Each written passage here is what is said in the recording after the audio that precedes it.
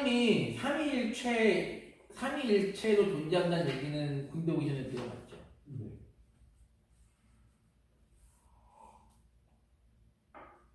교회를 다니면서 이찬현제가 제일 좋았던 건 뭐예요? 교회 다니면서 이찬현제 제일 좋았던 거. 의지할 곳이 있다는. 의지할 곳이 있다.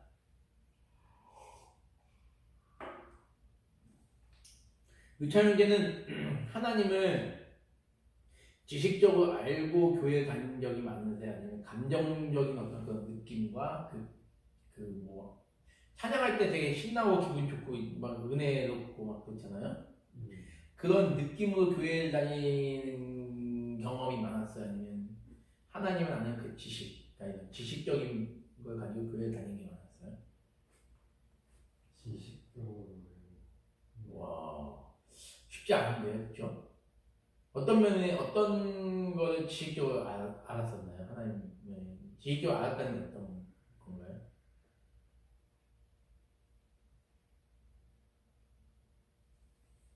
그냥 설교하는 걸 들어서 알게 된 그런 거. 교리를 따로 배워본 적은 있으세요? 아, 교리를 따로.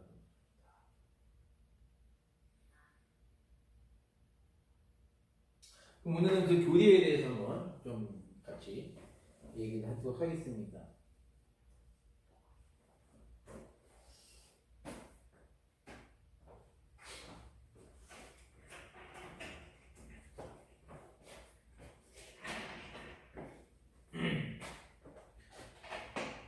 일단 교리의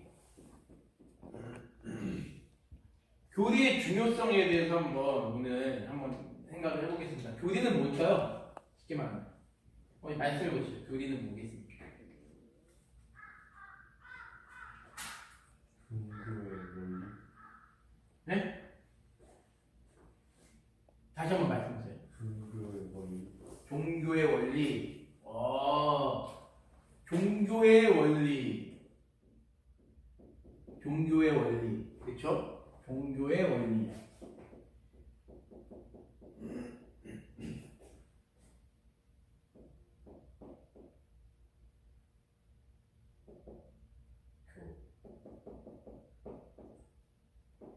종교의 원리.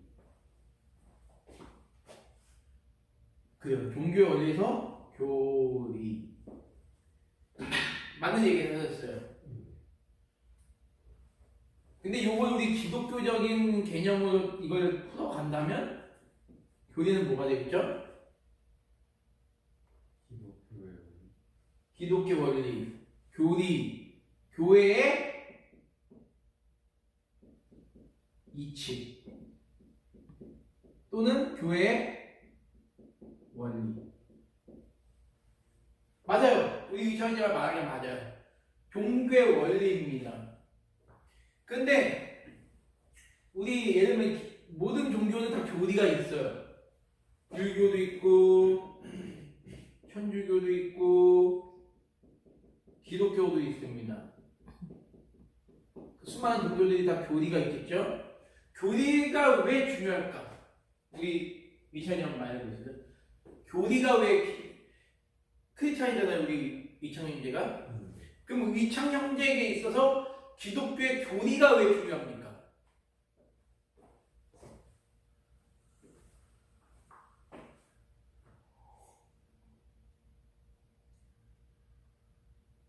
가장 기본이 되는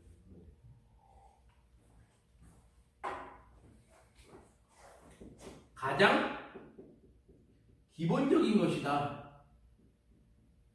예, 아주 정확한 대답을 해줬어요.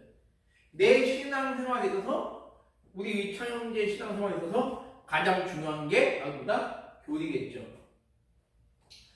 내가 아무리 신앙생활을 열심히 하더라도 교리가 없으면 그 신앙은 뭐가 될까요?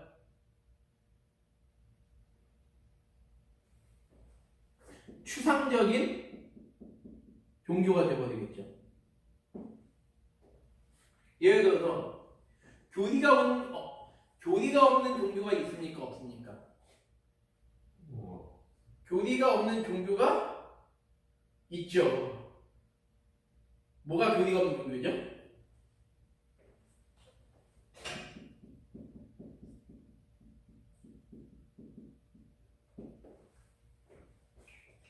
샤머니즘의 대표적인 종교가 뭐가 있을까요? 예를 들면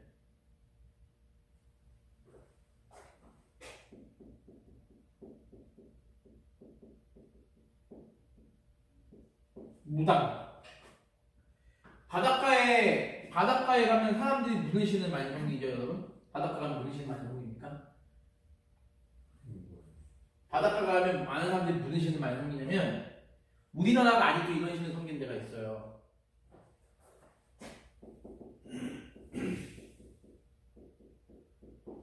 용왕신. 용왕신이 있다고 믿으세요?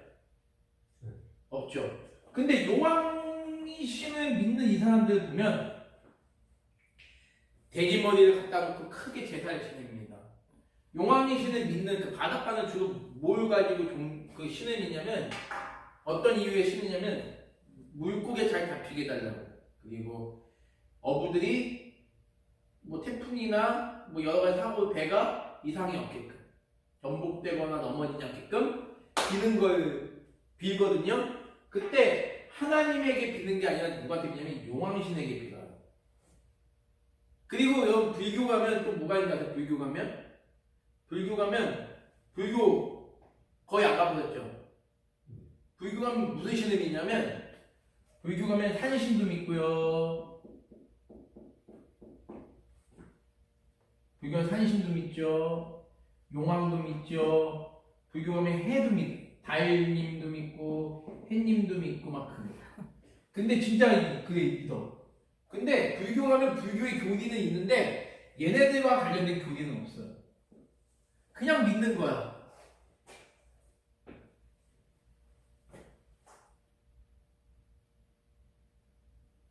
점집 보면 삼척동자, 무슨 애기동자, 무슨 애기선녀, 천상천선녀 막 이런 신들을 막 믿어요.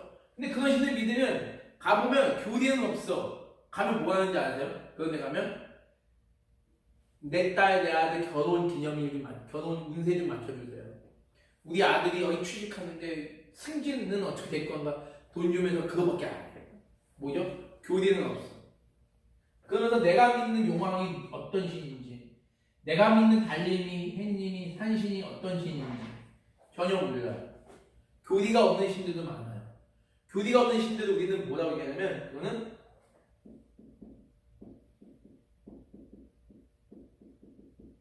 저등종교라고 얘기해요. 고등종교는 뭐냐면 고등종교에서 제일 중요한 건 뭐다? 교리가 있는 거다. 교리는 나나 저나 우리 위참인자가 믿는 기독교의 체계가 무엇이냐 보여주는 거예요.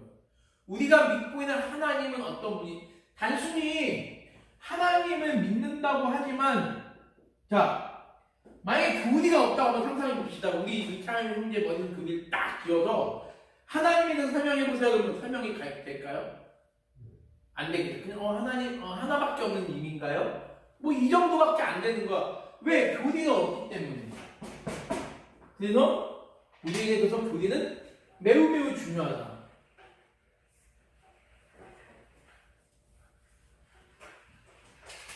그래서 제가 오늘 말씀드린 건 뭐냐면 우리에게 있어서 교리가 제일 중요해요. 자, 종교라는 건 뭐냐면 종교는 이건 그냥 저의 정의입니다. 내가 믿는 신에 대한 내가 믿는 신, 이걸 다른 말로 표현하면 절대자로 얘기할게요.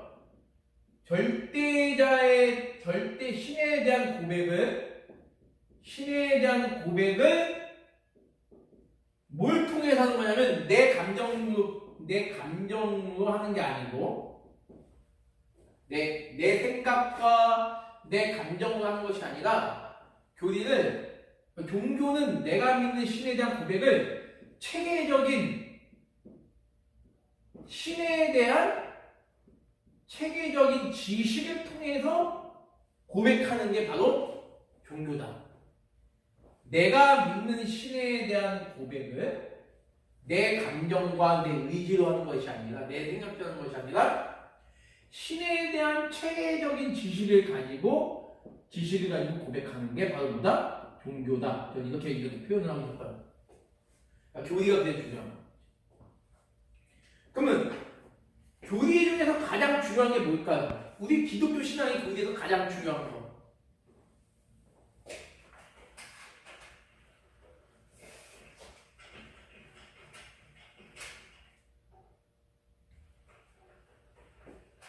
우리 기독교 신앙에서 가장 중요한 게 뭘까요?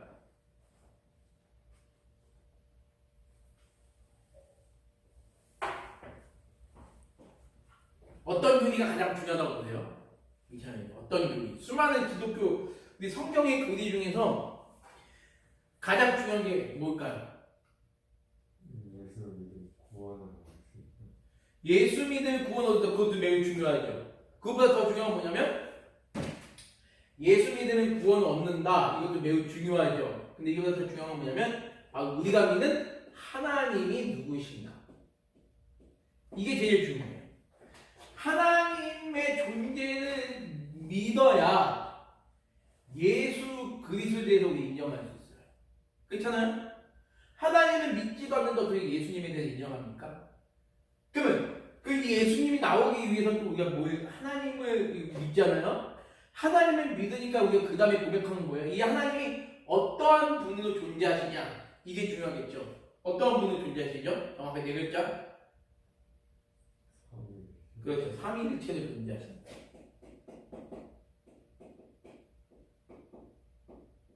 하나님은 삼위일체로 존재하신다.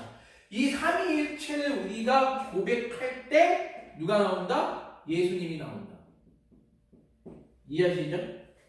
그 방금 우리 의창현제가 말한 거 예수님을 믿으면 구원받는다. 매우 중요한 교리지만 그 교리 전에 우리가 알아야 할 게 뭐냐면 하나님이 누구시냐는 거예요.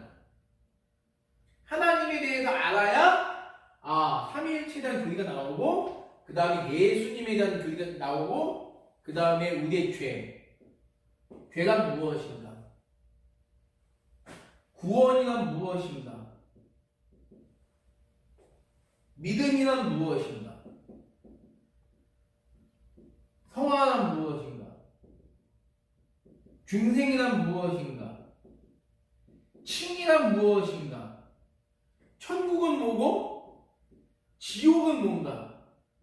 이런 모든 교리를 다 이런 하나님에 대해서 알고 나서야 우리는 그것을 이제 하나하나 이제 이해해 나간다는 거죠. 이것을 우리는 기독교의 체계를 모아놓은 차원에서 이것을 교리다라고 이야기하는 거죠.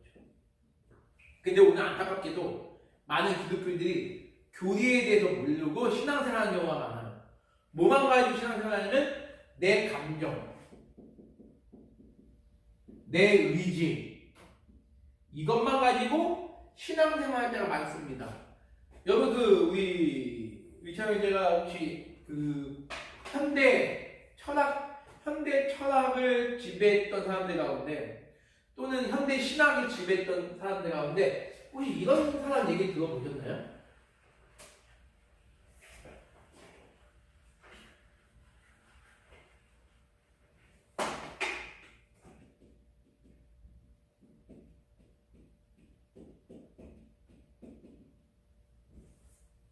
슐라이에르마오라는 사람 들어보셨나요? 슐라이에르마오가 누구냐면 이 사람은 우리는 현대 신학의 아버지라고 얘기합니다. 현대 신학의 아버지. 근데 이 슐라이에르마오는 독일 사람입니다. 독일 사람인데 이 사람 18세기 사람이에요. 18세기 사람인데 이 사람이 또 유명한 말이 있어요. 이분이 또 유명한 말이 뭐냐면 신앙은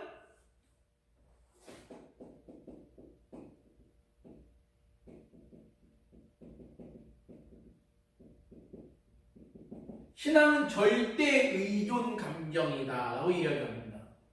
이 말이 맞을까요? 틀릴까요? 절대 의존 감정이다. 맞습니까? 틀립니까? 잘 모르겠어요. 맞는 것 같기도 하고 틀린 것 같기도 하죠. 절대로 의존해야 되는 건 맞겠죠. 우리가 하나님을 절대적으로 의존해야 되죠. 하나님 없이 존재할 수 있는 것은 아무것도 없는 차원에서 우리는 당연히 하나님을 절대적으로 의존해야 되겠죠. 근데 요게 틀렸어요. 절대 의존 감정이다가 틀렸어요. 우리가 신앙생활 하는 데 있어서 감정이 중요합니까? 중요하지 않습니까? 중요하죠? 매우 중요하죠. 노래는 뭡니까? 노래는 내 감정을 가사로 표현하는 게 노래잖아요. 그렇죠? 내 감정을 가사로 표현하여 하나님을 찬양하려면 감정 없이 찬양이 됩니까? 예를 들면 한번 이 찬양을 한번 우리가 혹시 예를 들면 이 찬양 아시죠? 부르신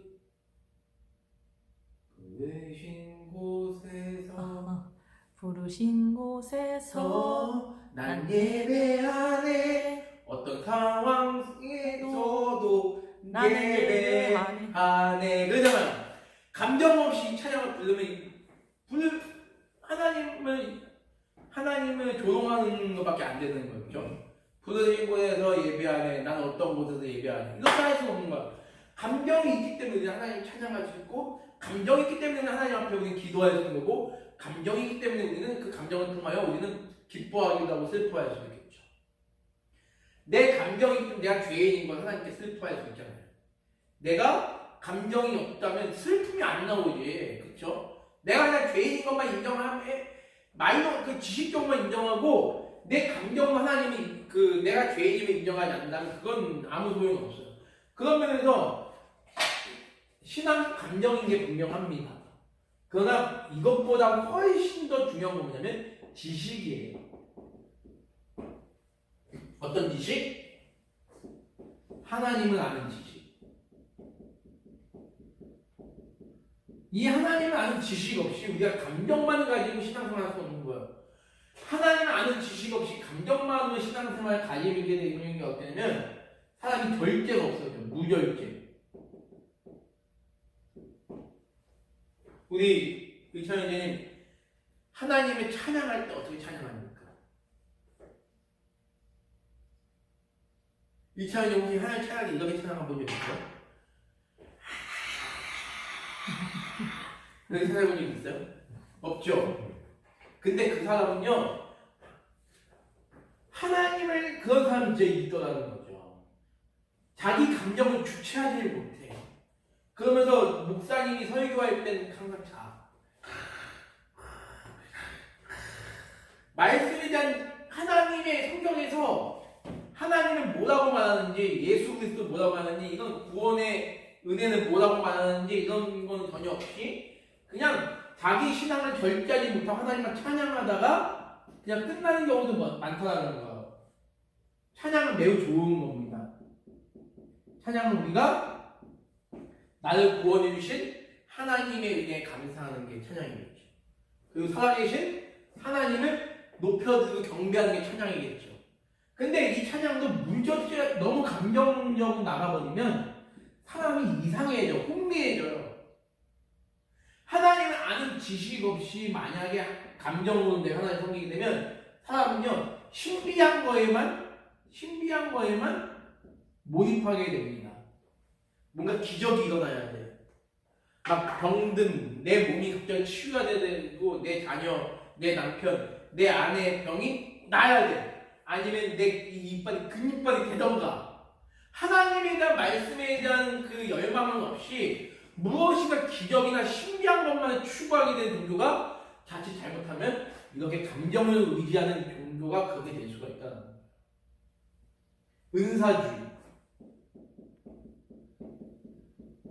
은사주의라는 얘기 많이 들어보셨습니까?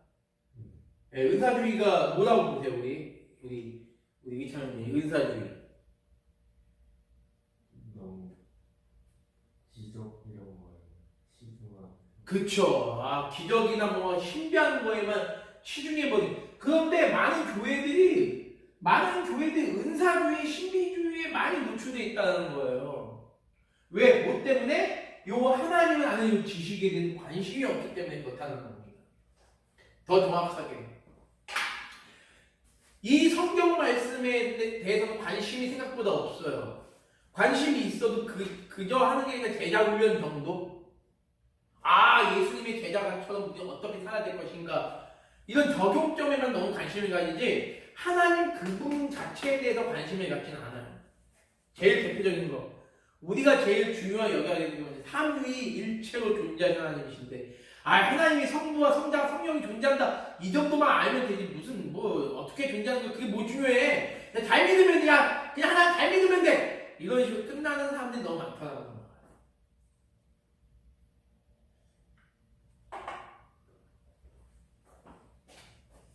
절대 의존이라는 건 맞겠지만 하나님을 지식 없이 그냥 감정적으로 의존하는 차원에서 이 표현은 분명히 잘못된 말이에요.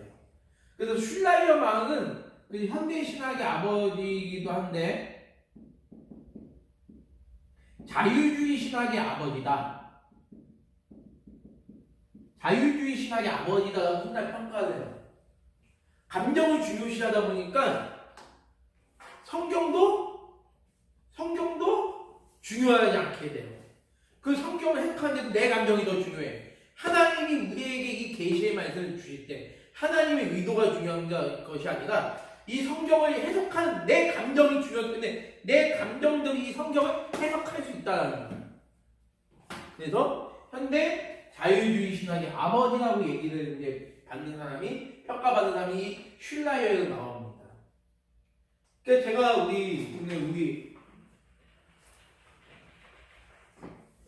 오늘 강조하고 싶은 핵심은 뭐냐면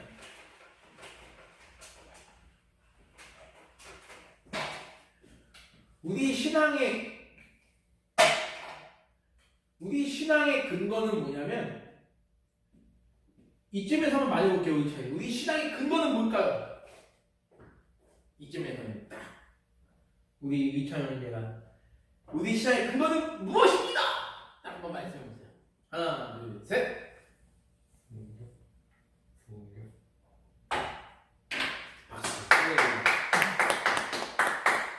우리 신앙의 근거는 성경이에요. 할렐루야. 성경. 하나님의 말씀. 의찬이는 이 성경에 살아계신 하나님의 말씀 믿으시죠? 오류가 없는 인간의 말이 아니라 하나님의 말인 거 믿으시죠? 아멘. 그러면 그것만 우리가 그거를 고백하는데 어떻게 이것이 우리 신앙의 근거가 되지 않을 수 있겠습니까? 우리 신앙의 근거가 감정이 될 수가 없는 거예요.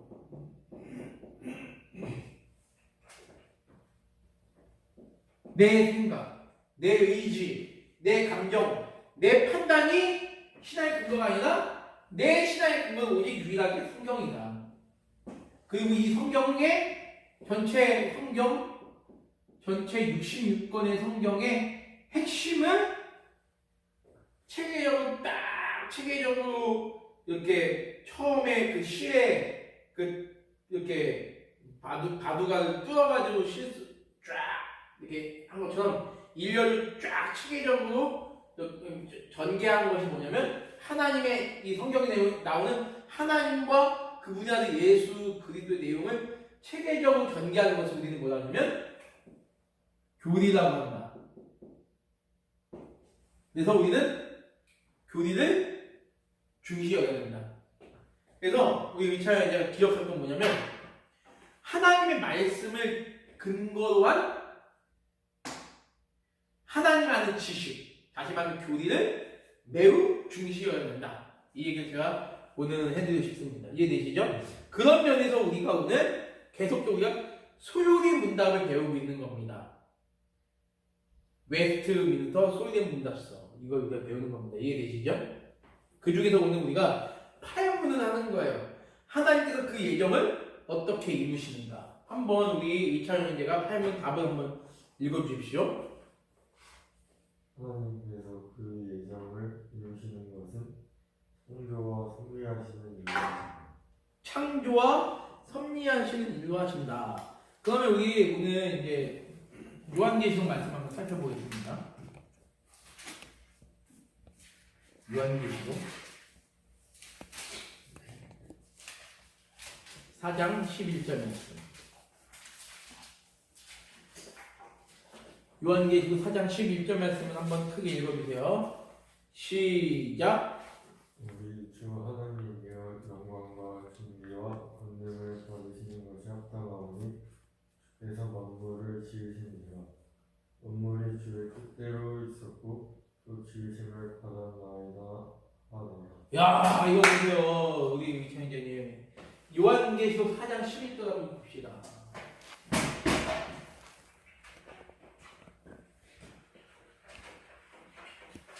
요한계시록 4장 11절. 핵심이 무엇입니까? 온 우주 만물이 어떻게 존재했다? 지금 나오죠. 어떻게 존재했죠? 4장 11절에. 뜻대로. 그렇죠. 온 주님의 뜻대로 있었다. 온 우주 만물이 주님의 뜻대로 존재했다. 주님의 뜻대로 존재함.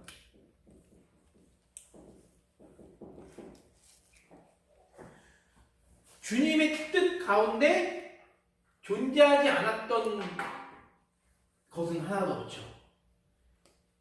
이렇게 우리 이렇게 이곳 좀 우리 대한민국 땅 역시 하나님의 뜻 가운데 있는 거겠죠. 그러면 당연히 저나 우리 위창 형제도 하나님의 뜻 안에 있었다. 어떻게? 이해되시죠? 어떤 것도 주님의 뜻 밖에 존재한 것은 하나도 없다. 이게 우리의 신앙의 고백입니다. 우리가 하나님의 창조를 이해하는 데 있어서 하나님의 창조는 뭐예요? 무로부터의 창조죠. 무로부터의 창조입니다.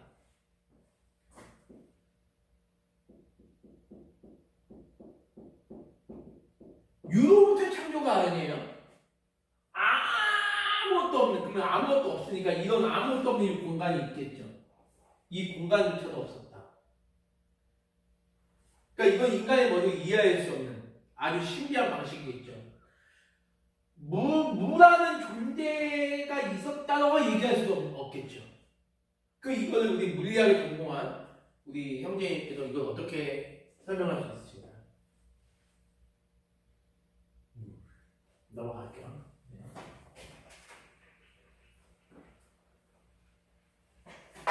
무로부터 존재 믿으십니까? 유로부터 존재가 더 믿고 싶으세요? 무로부터 존재했다는 걸 믿고 싶으십니까? 무로부터. 그렇죠? 하나님 외에는 그 어떤 것도 존재하지 않았다. 라는 사실을 기억하시고 창조를 이해하시면 됩니다. 일단 하나님 세상을 창조하셨어요. 온 우주 만물을 창조했습니다. 그때부터 하나님이 온 우주 만물을 통치해 나가시는 것, 다스리고 지키시고 보존해 가시고 지금까지 역사가 계속 이어져 왔잖아요. 한 번도 단절된 적이 없이 계속 꾸준히 이어오면서 보존되어 왔잖아요. 그걸 우리는 뭐라고 얘기하죠? 두 글자로? 그걸 우리는 섭리라고 이야기하죠. 섭리. 자, 그러면 이 섭리가 하나님이 세상을 창조했으니까 그래 이제는 너네들이 잘 돌아가도록 이제 나는 지켜만 볼 테니까 이 온 우주 만물이 잘 돌아가거라 라고 하나님이 뒤에서 뒷짐지고 서 있는 건지, 아니면 하나님이 매일을 늘 우리의 삶과 온 우주 만물과 자연과 동물과 식물의 삶, 바닷속의 물고기나 하늘의 새나 곤충이나 온 지구상에 있는 수많은 사람들의 삶을 하나님이 일일이 관여하시는지 어느 게 맞겠습니까? 우리 이찬님. 관여. 그냥 그래 이제 너네들이 알아서 가. 난 뒷짐지고 보다가 좀 이상하게 흘러가면 그때 내가 그때 개입할게 이거냐. 하나님이 매 순간을 하나님이 개입하시는지, 아니 개입이 아니라 계속 이끌어 가시는지, 아니면 하나님이 온 우주 만물이 기계적으로 자연스럽게 저절로 돌아가게끔 하나님이 놔두셨는지. 방금 이창현제는 뭘 얘기하셨죠? 하나님이 끊임없이 개입하시고 다스리시고 통치하신다 이렇게 믿고 있다고 했잖아요. 그게 바로 섭리라는 거예요. 그래서 이 섭리를 우리는 뭐라고 하냐면 하나님의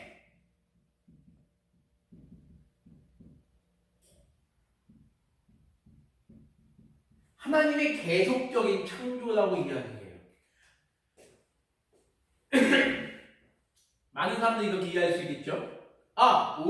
지금 오늘 몇 시입니까? 지금 4시가 약간 넘었어요.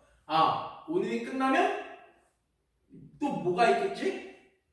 오늘이 끝나면 당연히 내일이 있겠지. 내일 딱 됐을 때 오늘이 끝나면 또 내일이 끝났지. 내일이 끝나면 또 내일 모레가 있겠지. 내일 모레는 내일 급히가 있겠지 라고 얘기를 하겠지만, 우리의 시간 뭐예요? 하나님이 시간을 끊어버리신다면 우리에게 내일은 없겠죠. 그러면 하나님이 끊임없이 늘 온 우주 만물을 지키시고 보존하시고 통치하시는 거기 때문에 우리는 이것을 하나님의 계속적인 창조라고 이야기하는 겁니다. 끊임없이 하나님 창조에 나가시는 거예요. 단순히 뒷짐지고 보는 것이 아니라. 이해되시죠? 그러면 우리는 하나님의 계속적인 창조를 믿는 거고, 이 계속적인 창조는 어떻게? 주님의 뜻대로 존재하는 거야. 주님의 뜻대로. 이해되시죠? 그럼 그 다음에 에베소서 말씀 한번 보겠습니다. 에베소서 1장 11절. 에베소서 1장 11절.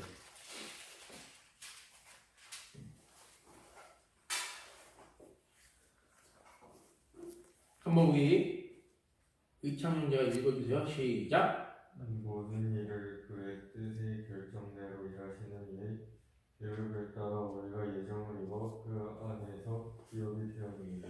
모든 일입니다.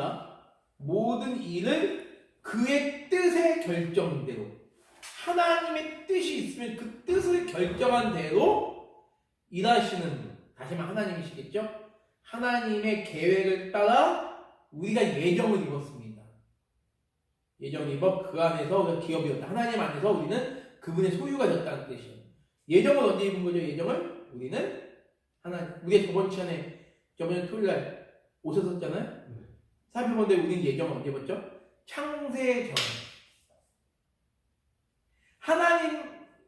우리는 솔직히 저와 우리 이찬영 형제도 그렇죠. 우리가 태어났을 때도 내가 존재하는 걸 몰라. 아기 때 내가 존재하는 걸 압니까? 모르잖아.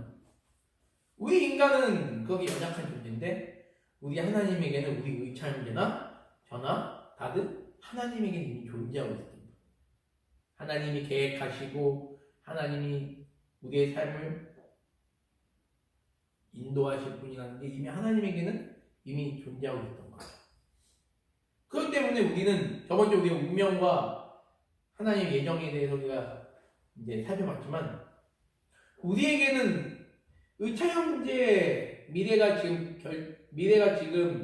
의찬 형제가 너무나 정확하게 알고 있다. 그 삶이 얼마나 재미가 없겠습니까? 한번 생각해 보세요. 그렇죠? 내가 언제 죽을지도 이미 하나님이 보여주셨어요. 우리 의찬 형제에게. 만약 의찬 형제가 80살에 죽기도 됐어요. 의찬이 그 사실 알고 있어요. 본인이. 어떨 것 같아요? 그러면? 뭔가 오래 살기 위한 노력을 하고. 왜 안 하시죠? 이미 정해진 거. 그렇죠. 그리고 의찬 형제가 결혼할 미래 배우자도 알고 있어. 하나님이 알려주셨어요. 미래 배우자가 저기 평양에 살고 있는 탈북 소년, 지금 현재 평양에 살고 있는데, 그 소녀가 내후년에 우리나라 탈북해가지고 존재하게 될 것도 알게 돼요. 그러면 의찬 형제가 그러면 어떤 결혼에 대한 그런 미래도 그려집니까? 이미 알고 있잖아. 굳이 내가 내 삶을 힘들게 살 필요가 없는 거예요. 내가 아무리 노력해, 어차피 나는 세무사가 꿈이라고 했잖아요. 세무사가 될 게 이미 정해져 있어. 그러면 내가 열심히 공부를 할 필요도 없고 이미 정해져 가는 거잖아요. 그 삶이 얼마나 재미가 없겠냐. 그렇죠? 저는요, 오히려 하나님께서 저의 삶도 감춰주시고 우리 의창 형제 삶도 알게 하지 아니하시고 감춰주신 게 오히려 더 감사하다는 생각이 들어요. 그게 오히려 저와 여러분을 사랑하시는 하나님의 은혜다라는 생각을 하게 돼요. 이게 무슨 말 이해되시죠? 제가 우리 아내랑 결혼할 줄 알았습니까? 몰랐어요. 내가 우리 아내를 만나는 게 내가 초등학교 7살 때 초등학교 2학년 때 이미 알고 있었더라면 아마 저는 그랬을걸요? 왜 내가 결혼을 왜 이렇게 늦게 하게 돼? 이렇게 결정이 돼 있는 거야 하면서 막 짜증내고 막 그랬을 거예요. 근데 그런 것들 전혀 몰랐기 때문에 늘 내 스스로를 진단하면서 바라보면서 내가 좀 더 올바른 삶을 살아야 되겠구나. 내가 아직 성숙하지 못했기 때문에 내가 이런 좋은 배우자를 만나지 못하고 있구나. 이런 생각을 할 수 있는 것 자체가 이것이 더 하나님을 의지하게 되고 더 하나님을 간절히 찾게 되는 그런 바람이 되는 거죠. 내 모든 것들이 결정되었다면 내가 하나님께 기도할 필요도 없잖아요. 한번 우리 그 부분에 대해서 우리가 한번 말씀을 찾아볼게요. 신명기 말씀을 한번 보겠습니다. 괜찮으세요? 재미있으세요? 네. 신명기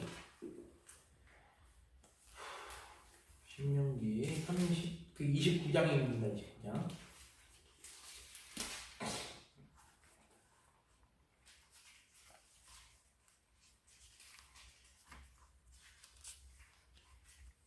(29장 29절) 신명기 29장 29절 한번 우리 이창희 제가 한번 멋있게 읽어주세요. 시작. 감추어진 일은 우리 하나님 여호와께 속하였더니와 나타난 일은 영원히 우리와 우리 자손에게 속하였나니 이는 우리에게 이 율법의 모든 말씀을 행하게 하심이니라. 아멘. 자, 여기서 중요한 말씀이 있습니다. 이게 무슨 뜻인가요? 우리 이창희 제가 한번 설명해 보실래요? 감추어진 일과 나타난 일이 있습니다. 이게 무슨 뜻일까요? 감추어진 일과 나타난 일.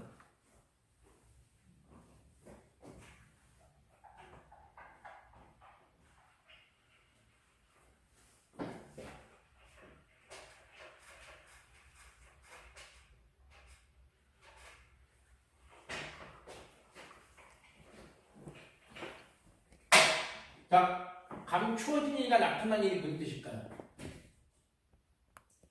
틀려도 좋으니까. 알고 있는 거와 모르는 거. 감추어진 일은 누구에게 속했다고요? 하나님에게 속했죠? 나타난 일은 누구에게 속한 거죠? 우리와 우리 자손에게. 나타난 일은 우리와 우리 자손에게 속했다. 그 다음 그럼 왜 하나님이 왜 이렇게 하셨을까? 그 다음 이유가 나와 있죠. 우리의 이 율법의 모든 말씀을 행하게 하시니. 그래요. 율법의 모든 말씀을 행하게 하시기 위하여 우리에게 하나님께서 우리에게 감추실 일도 있다라는 겁니다. 뭘 감추신 걸까요, 하나님께서?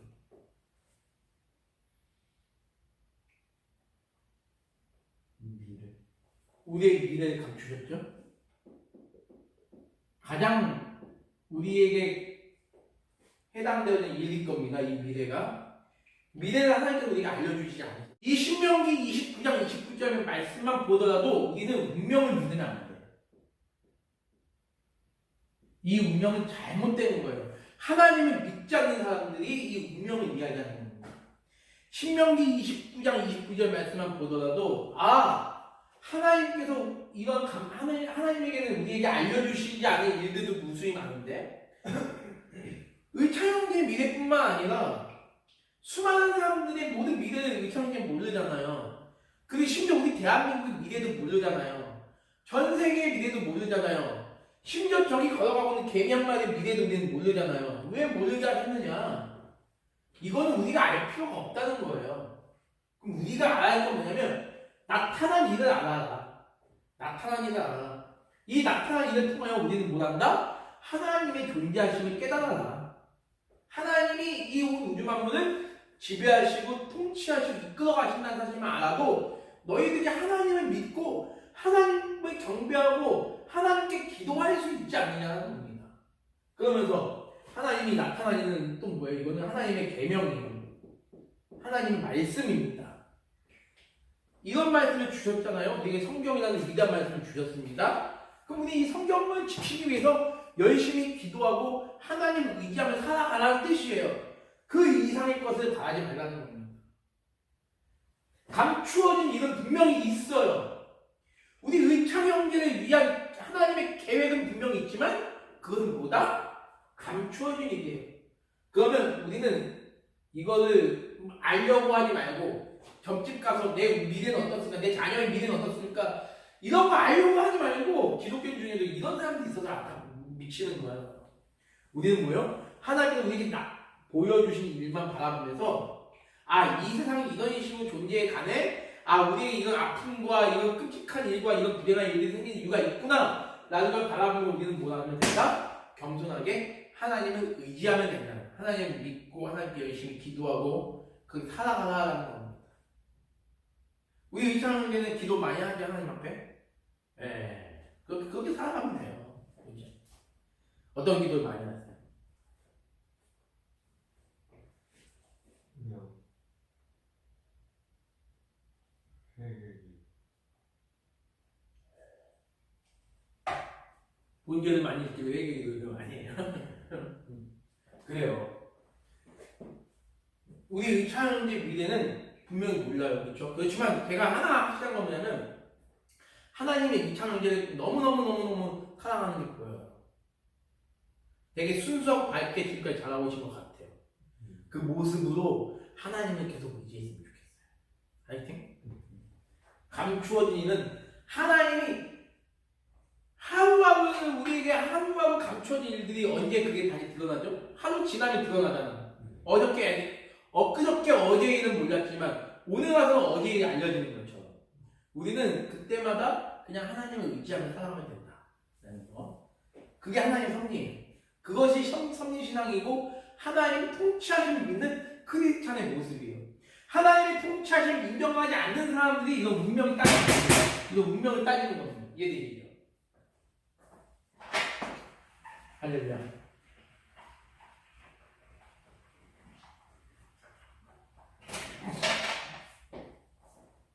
자, 그 다음에 다니엘서 4장 35절.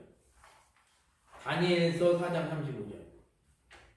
구약성경 다니엘서 4장 1242쪽 41쪽 39쪽. 예. 다니엘서 4장 35절 한번 보겠습니다. 시작. 한번 읽어주세요. 다니엘서 4장 35절 시작. 땅의 모든 사람들을 없애는 것 같이 여기시며 하늘의 군대에게든지 땅의 사람에게든지 그는 자기 뜻대로 행하시나니 그의 손을 그마든지 혹은 이르기를 내가 무엇을 하느냐고 할 자가 아무도 없고. 자, 이 얘기는 뭘까? 이 말씀은 뭘까요? 우리 이창현 선생님, 이 말씀 핵심은 무엇입니까?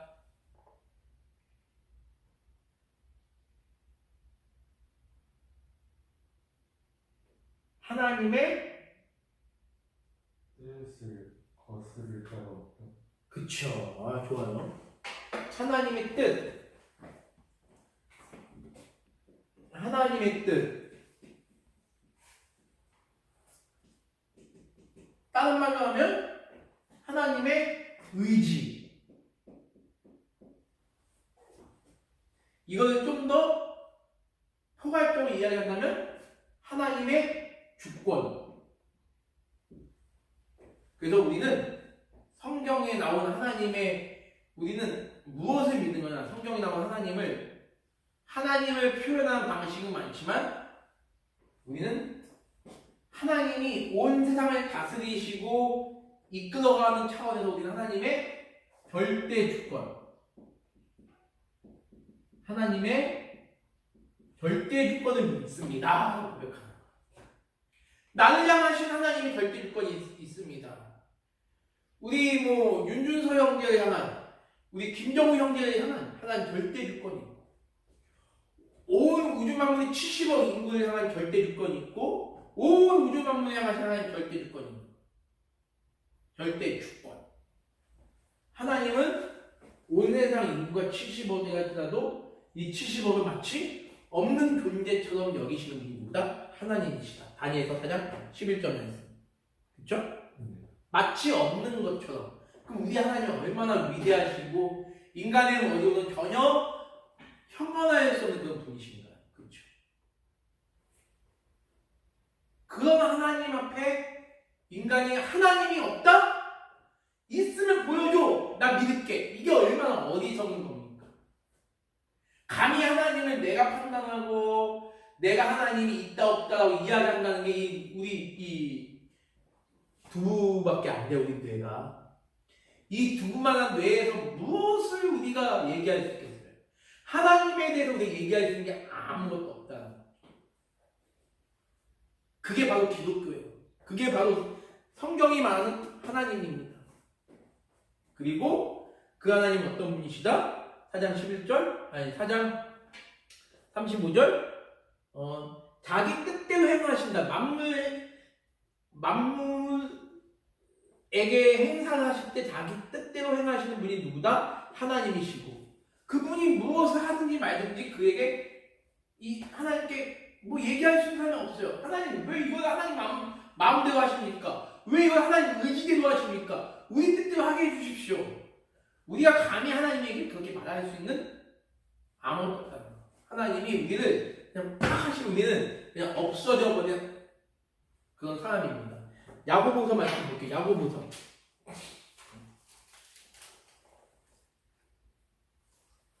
야고보서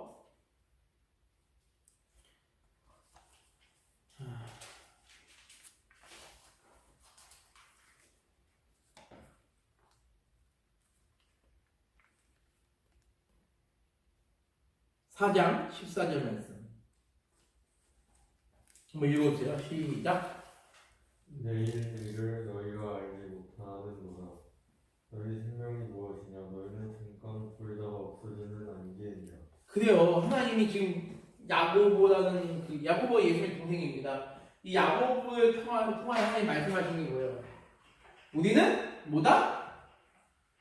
잠깐 보이다가 없어지는 안개이다. 잠깐 보이다가 없어진 안개가 우리 이창 형제래요. 잠깐 보이다가 없어진 안개가 나래. 내가 100년을 산다고 합시다. 인간 수명이 길어야 뭐 100년, 110년, 120년이겠죠. 120년이 우리가 100년 산다고 한번 해볼게요. 하나님 앞에서 이 100년이 무슨 소용이 있겠냐는 거예요. 하나님 앞에서 이 100년은요. 하나님의 그 어마어마한 시간을 요점이 100년이라고 생각하잖아요. 우리는 이 점보다도 못한 존재예요. 하나님은 무한대잖아요. 그렇죠? 무한대잖아요. 무한대. 근데 우리 인간은 이 점만도 못, 아예 표시할 수도 없는 이 100년이라는 시간이 그런 시간인데 그거를 지금 안개라고 표시하고 있는 겁니다.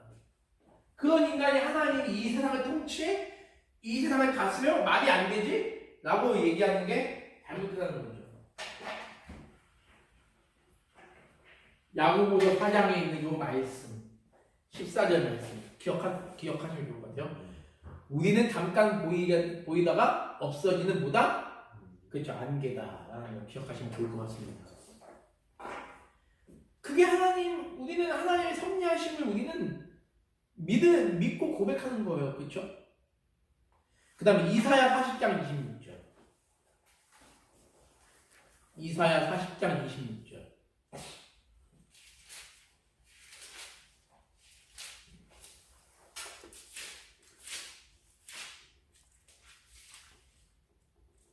아, 25절부터 읽어보겠습니다. 25절. 한번 읽어주세요. 시작. 거룩하신 이가 이르시되 그러니 너희가 나를 누구에게 비교하여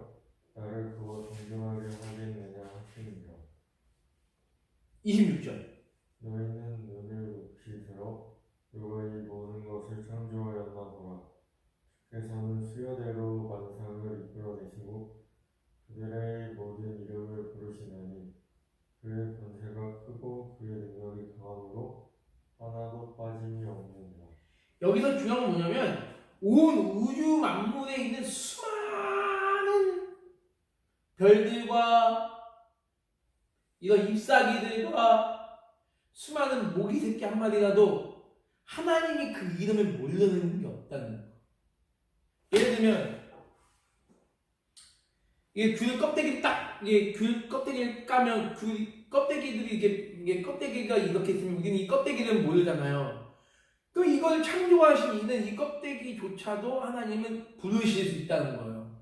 이름이 있다라고 이야기하는 건 너무 그렇지만 이 자연 만물 가운데 하나님이 그냥 잎사귀들아 이게 아니라 잎사귀 하나하나를 하나님께서 다 불려줘서 그들을 존재케 하시고 그들을 사라지게도 하시고 그들이 인간에게 어떻게 유익을 주게도 하시고 또 해와 비와 뭐 햇빛을 내리기도 하시는 분이 누구다? 하나님이시다. 하나님이 우리 의찬형제 이름을 아시잖아요. 그 내 이름도 아시잖아요.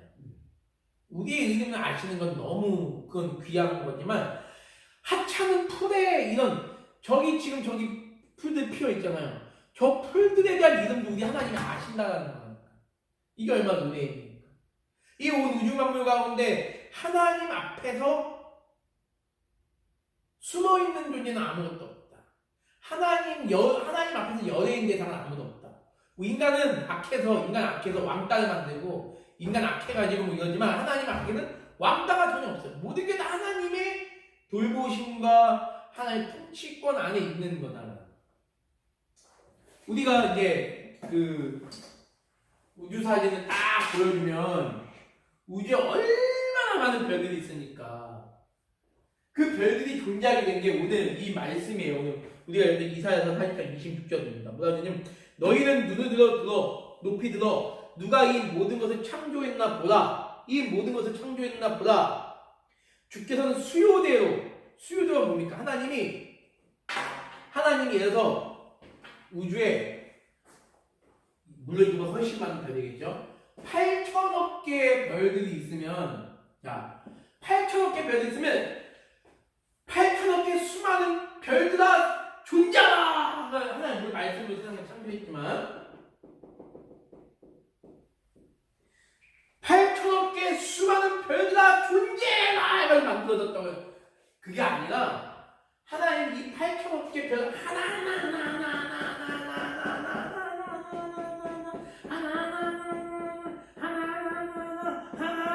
이 모든 별들의 이름을 다 알고 하나님이 존재하게 했다는 거예요.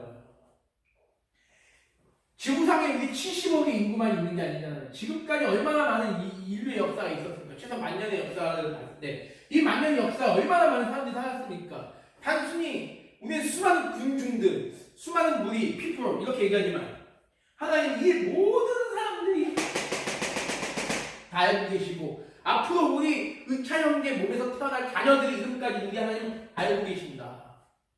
어떤 여자를 만나고 그 여자에 대해서도 우리 하나님 너무나 잘 알고 계십니다. 이것이 성경의 선언이라는 거죠.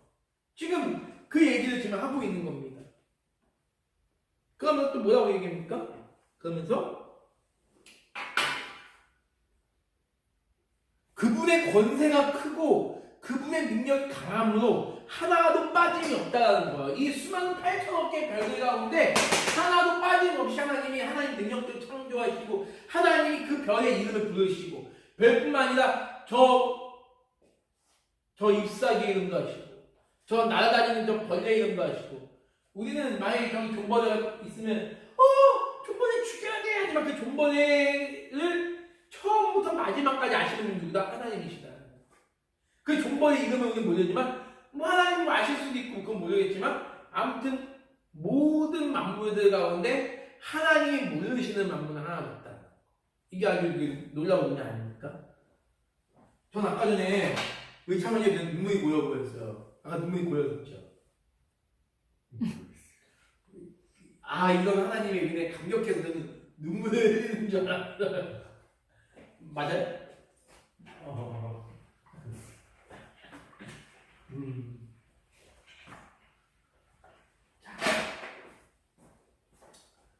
그 다음에 25절에 보면 어떤 말씀이 있습니까?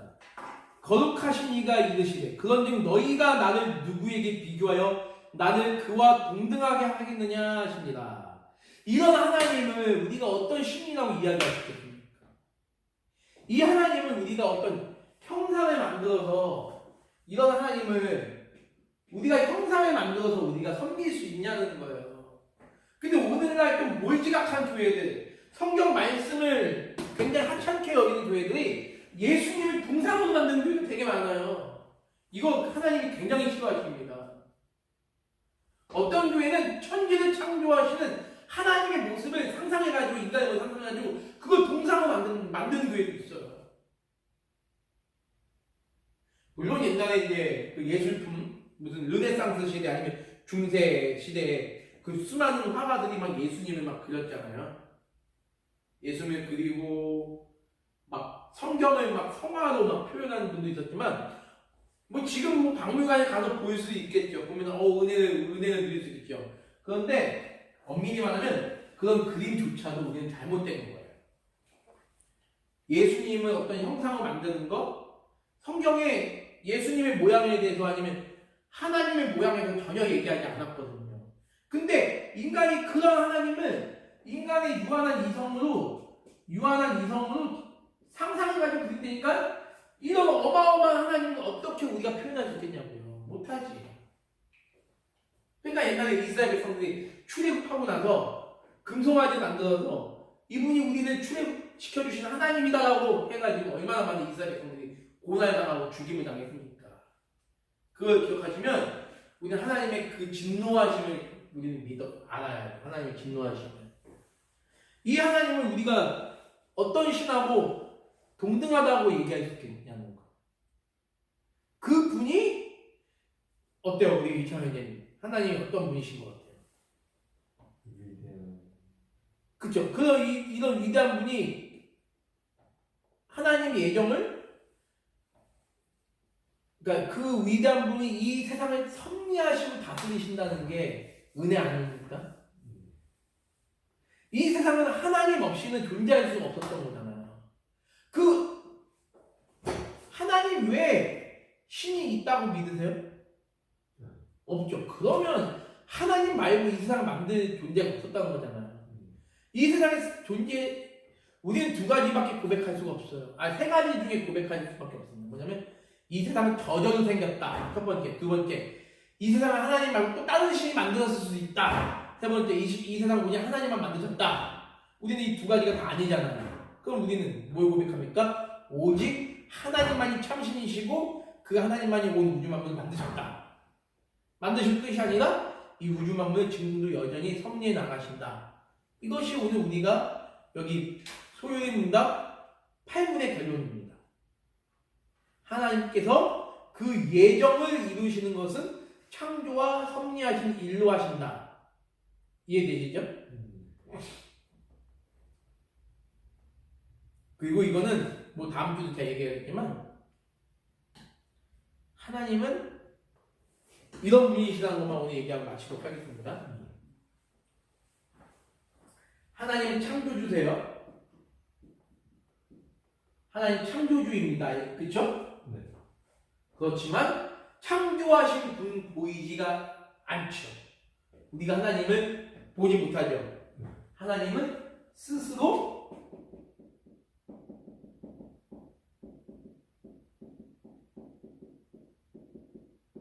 하나님은 스스로가 숨어 계시는 분이시다. 왜 숨어 계시냐? 아까 신명기 29장 29절 말씀을 잘 생각해 보십니다. 하나님은 우리에게 스스로를 숨어 계셔서 자기를 보여주시지 않으시는 분 누구다? 하나님이시다. 그렇지만 숨어 계시지만 늘 우리에게 여전히 늘 우리에게 필요한 은혜를 부어주시고 우리를 늘 사랑해 주시는 분이 누구다? 하나님이시다. 창조주이신 하나님이 숨어 계심에도 불구하고 늘 우리에게 끊임없는 은혜와 위로와 소망을 주시는 분이 바로 누구다? 하나님이시다. 그 하나님을 믿는 게 기독교다. 다른 신은 눈에 보이잖아요. 이런 형상들이 보이잖아요. 우리 하나님이 영이시잖아요. 영이시고 그런 하나님은 신령과 진정을 예배하고 내일도 주일날 보는 그런 모습으로 하나님 앞에 예배하는 겁니다. 알겠죠? 네, 기도 마치도록 하겠습니다. 하나님 감사합니다. 오늘은 소유리 문답 제8문을 배워봤습니다.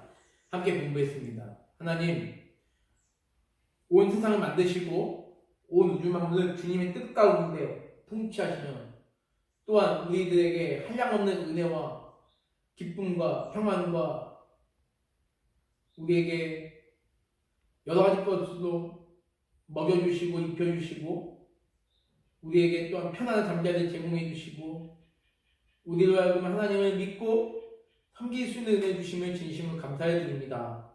하나님, 세상 사람들이 어떤 생각을 가지고 살아가든지 간에 우리는 살아계신 하나님을 믿습니다.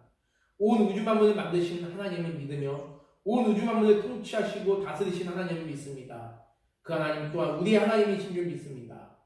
늘 우리가 하나님을 고백하며 하나님의 은혜에 감사하며 살아갈 수 있게 도와주시옵소서. 오늘 휴가와 근무 지침과 여러 가지 외박이나 여러 가지 일정으로 인하여 참석하지 못한 우리 모든 주의 형제들에게 하나님 은혜 내려주시고 내일 기쁜 마음으로 주 앞에 감사하며 경배할 수 있는 복된 시간 되게 도와주시옵소서. 우리 사랑하는 의창 형제 하나님께서 앞날을 늘 주관하여 주시고 남은 그 생활도 주님 은혜 가운데 승리할 수 있도록 주여 인도하여 주시옵소서. 돌아가는 발걸음도 주님께서 지켜줄 줄 믿사오며 살아계신 우리 주 예수님의 이름으로 감사하며 기도드립니다. 아멘.